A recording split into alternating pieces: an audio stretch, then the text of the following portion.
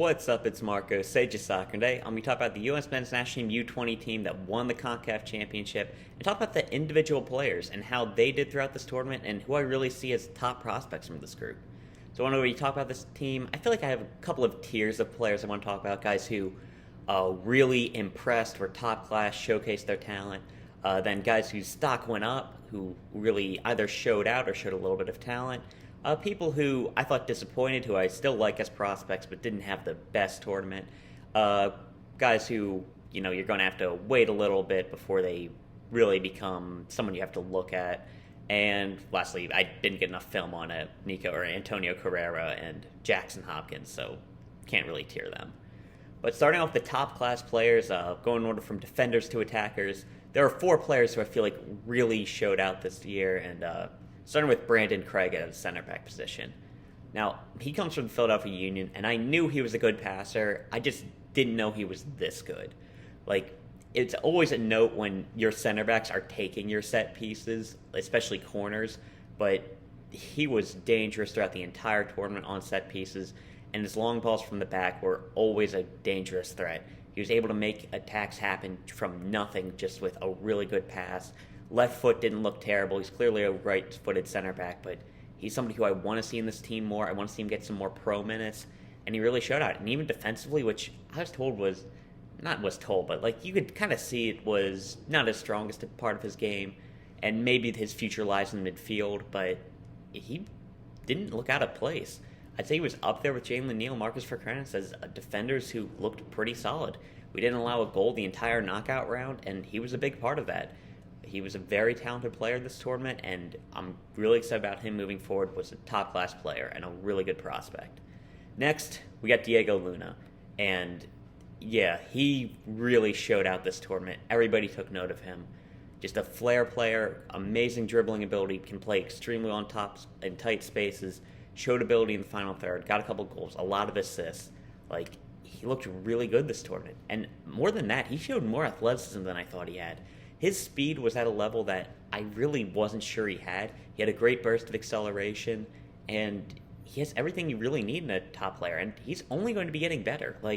He's going to be joining an MLS academy, playing at a higher level than the USL, and he'll continue to improve. I'm really excited about what the future can bring for Diego Luna. We haven't had a player like that in the program in a while, or maybe ever, and I think he can be a really talented player. Next, arguably our best player this tournament, Alejandro Alvarado. I think he had an argument for the golden ball. Paxton is also in the top class. I'm not going to take that away from him, but man, everything you want out of a midfielder. He showed the amazing technical ability, a great first touch, great in close control, great in tight spaces. He has everything you need technically to be a great player. Athletically, he showed out. He's our best 8 at being a real defender. He has a lot of bite in him, a lot of athleticism that we really didn't have in this midfield. And in the final third, he looked really good. He was popping up with a ton of good passes, a lot of good assists, a couple goals. He did everything you want out of a midfielder, and I'm going to go out of my way to watch some of him in Portugal this year because he really showed out. Next, Paxton Erinson. Golden ball, golden boot, both deserved. He was played out of position at striker and was still making things happen. His finishing was unreal this tournament, just able to pop up with goals that were pretty tough, always finished his clear-cut chances. A couple of really good passes. When he dropped into the midfield, he looked amazing on the ball. He's a player I love to watch, and he's going to be heading to Europe sooner rather than later, and I feel like he's going to be excelling. So yeah, those are the 4 players I feel like really were top class this tournament who are exciting. Now I got a couple players whose stock went up, and I should say, when a player's stock goes up, they don't have to necessarily be, the best performer, but you could see the talent. Case in point, Jaylen Neal. Neal, maybe if you had higher standards, you would say, I don't know, but he has a couple of really good passes out the back. And I feel like he showed enough talent with his ability to play out the back that I'm really taking him seriously as a prospect. He's somebody who could really contribute for the squad. Now, he does need to add some consistency. He had some really bad giveaways, but I think defensively, while I did like Craig, I think Neal was probably our best center back on the defensive side. He wasn't in the game against Canada, so he didn't allow a goal the entire tournament, and I think he has the talent to reach the next level. maybe he has to leave LA Galaxy like Alvarado and Cuevas. There's kind of a logjam there, but he's the player who I'm really excited about. Next, we got Jack Mcglynn. I think best left foot out of any American, isn't a hyperbole. Just can hit a pass extremely well, great shot, can hit free kicks. Like, man, he has such a good ability hitting a ball. Like, it's insane. He also impressed me with his ability in tight spaces. I feel like his technical ability is there. It might not be at the level of like an Alvarado or Paxton Erinson, but he has the baseline needed to be a successful player. Also, while he's not ever going to be great defensively, I don't think he was a liability. And as he gets older, just like from his build, like he can get around pretty quickly, even though he's pretty slow. Like he can cover ground, and I really see him being a talented pro player. And with his passing ability, like if you get the right team around him, he could be a dangerous player at a high level. Like he's someone who's really exciting. Next, Nico Cesaros, who, I'll be honest, I still don't think he should have been included in the squad. I really feel like we could have used another defender, but he impressed. In a team where a technical midfield was definitely the strength of the team, he did not look out of place. He has the technical ability I mentioned, really good there. He showed some really nice dribbling. He popped up with some goals, pretty good on set pieces. I think he got an assist in the first game, and we're willing to have him stand over the ball when we have Jack Mcglynn and Brandon Craig on the field. So he's a good player. Like, he's the youngest guy on this team by far. Like, by 10 months, he's a 2005 player. Like, his future looks bright. He's still going to be eligible for the next U20 cycle, and he might have the highest ceiling out of anybody on this team, which is a big statement, but he's going to be good in the future. Next, we got Rokaspuskas. Kind of similar to Jaylen Neal, where I wouldn't call his performances like anything special, but well, in his worst game, he was clearly dealing with an injury. He was in a walking boot during the celebrations, but I think that he showed he can play the six successfully. I don't think it's his natural position, but he's definitely able to do it. In the Revelations Cup, I thought that he was a cut above from an athletic standpoint in this midfield, and I think that was confirmed. Probably like up there with Alvarado as just midfielders who are athletic, which is really funny that our two guys who are playing like outside the MLS, or two midfielders who are playing outside the MLS, are like the more physical and athletic ones, when really it's been the reverse for such a long time. It shows that we're finally valuing the creativity that we're putting through, and yeah, I really like the athleticism he showed. Like Mcglynn, like Cesaros, he showed that baseline ability in tight spaces. While there were a couple of giveaways, he did struggle in build-up. You could see the talent there. Like, again, like Jaylen Neal, it was good enough that you can really start taking him seriously as a prospect, and he's somebody I'm really excited about. Last guy in the stock-up category, Quint Sullivan. Scored goals at a high level throughout this tournament, and really impressed with not just his finishing, but his movement to like get in positions where he could score. He had an amazing header off a Diego Luna cross, and again, I think we saw enough ability, enough technical ability to really be excited about him. He has that baseline needed to be a top player. His work rate and defensive ability was also really good. Like, that's something he's underrated. Like, he can run for like days. He has an engine on him. And well, with Quint Sullivan, like, I think he needs to find a position first.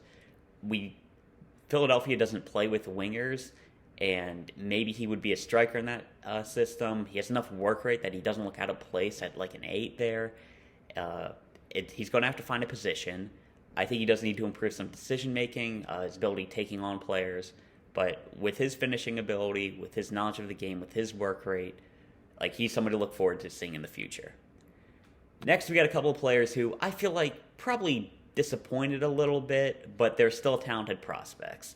Like, I wouldn't say they had the best tournament, but still really good players. And starting things off, Chris Brady, which, weird to have him in the disappointed when he won the Golden Glove, but I think he looked pretty bad with his feet. It was something that I knew was a weakness going into this tournament, and it was confirmed.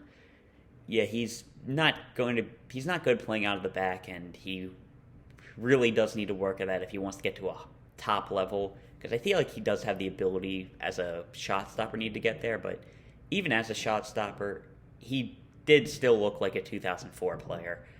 He was a bit more iffy than I expected him to. Commanding his box, he made a couple of mistakes. He didn't make every save that I feel like he should have.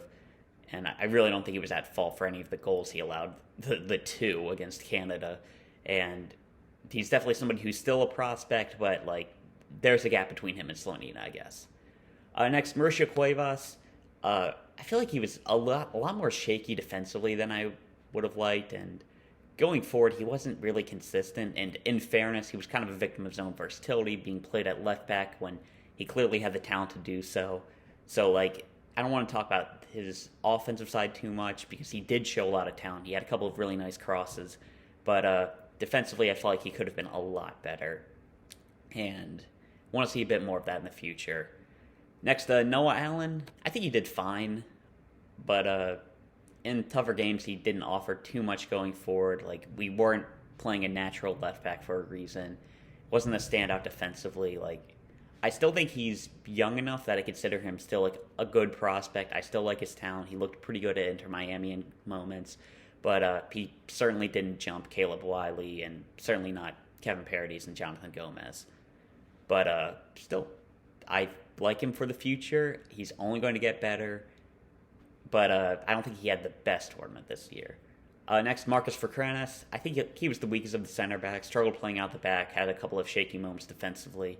Still a decent player, though. I feel like he dropped a 10 against St. Kitts and Nevis, Nevis. He was really good that game, and it showed that, like, he is, like, a really good player, and he can keep that level high. But not too sure if we have him in the team next time with Justin Shea, a couple of other emerging talents at center back. But still, very solid player. But I feel like he didn't have his best tournament. Next, Kaden Clark. He was pretty disappointed this tournament, which is a bit tough to say because I expected big things from him. And he was probably the star of the group in the Revelations Cup, and I honestly don't think he should be a starter in this group right now. No goals outside of a penalty. He wasn't as involved. He had a couple of good moments, especially against Cuba when there was a really fluid front four with Alvarado, Clark, Sullivan, and Erinson. That was probably the best we looked the first half against Cuba that game. But I don't know. He was kind of a passenger a lot. He wasn't pressing as hard as he could. He wasn't getting as involved, which is weird because I feel like he probably still has some of the highest pro potential out of this group, but I don't think he really showed it this tournament, and he's kind of been in a bit of a rut since, like, midway through last year. Hoping he can really get out of that and start to show his talent, because RB Leipzig bought him for a reason. Like, RB Leipzig, like, they shoved Brendan Aronson to Austria. The German team themselves took Kaden Clark, so, like, he's talented, but I feel like he still has to show it. Lastly, Cade Cowell in this group. He is who he is. He's still a good athlete. His technical ability looked pretty bad this tournament. Build up. He had a couple of bad mistakes in the final third. His athleticism is still good enough to carry him to some good moments. The goal against Canada is a real standout. He had a couple of good goal contributions, but, like, he probably doesn't have that baseline technical ability that I was talking about, and I don't really see him improving much. I think right now his floor is Jordan Morris, though, which is a thing. I'm not going to say a good thing or a bad thing. I think he can reach Jordan Morris's level pretty easily, but he's going to be a kind of niche player, I think, and that's not necessarily a good thing. He can still improve technically, but it's tough to see that happening at this stage. I feel like he is who he is, a really good athlete who can pop up with some goals, probably being the best, like, coming off the bench, coming against a tired team. I honestly could see him getting into the U.S. men's national team sooner than a lot of other players, but I don't think he's going to be a part of a great team in the future, I guess. Next, we got players who I feel like need to improve a bit before they're really considered as guys we have to look out for. Michael Holiday, he's a decent pro prospect. I think he looks pretty good at Orlando, but I don't think he showed enough to realistically be considered somebody for the future. Fine MLS prospect, but I'm not going to be tuning into any Orlando games. Daniel Edelman, some decent defensive moments. Wasn't exactly Conte. A couple of good passes. He had one especially in the semifinal. But I don't know. I kind of thought of him as a bit of a jack of all trades. Nothing he really excels at going into this tournament, and I think that's about confirmed. And I really can't see him staying in the team over a Rokaspuskas and Obed Vargas in the future. So, he has to improve a bit before he's really considered a bit more of a prospect. And Tyler Wolfe, in fairness to him, he was played out of position, and when he was played in position in the final game, he had a really nice goal. But I don't think he's anything other than like a solid MLS player in the future, which again isn't a bad thing. Like, everybody on this team is going to be a pro player, is already a pro player, so that's definitely good. But I'm not exactly like going to be tuning into Atlanta games for him. And lastly, guys with not enough film, Jackson Hopkins played limited time, one really good cross in that goal that Tyler Wolfe scored, but didn't exactly stand out. And similar to what I said earlier, I kind of wish we would have brought an extra defender. I don't think I got enough film to really judge him, but he didn't pop off the screen when he was on the field. And Antonio Carrera, he looked good in his limited minutes, but it was really limited minutes against probably the two easiest teams he played all tournament. So, yeah, that's how I feel about this group. I was really excited about Brandon Craig, Diego Luna, Alejandro Alvarado, and Paxton Erinson. Jaylen Neal looks like a good prospect along with Jack Mcglynn, Nico, Rokaspuskas, Quint Sullivan, and I'm still looking forward to watching Chris Brady, Marcia Cuevas, Noah Allen, Marcus Cronus, Kaden Clark, and Cade Cowell. And like, even amongst the players who I'm not excited about, like, they're still going to be good pro players. Like, this team has come like a really long way, and I'm excited to watch a lot of these guys in the future. The U20 World Cup's going to be fun. When we get to add a Ricardo Pepi, a Gabriel Slonina, Kevin Paradis, maybe a Jonathan Gomez, maybe Moses Nyman gets going. Like, there's a lot of talent in this team, and it's going to be really fun to watch. And yeah, it was a fun tournament to cover, and that's all I got to talk about right now. See you.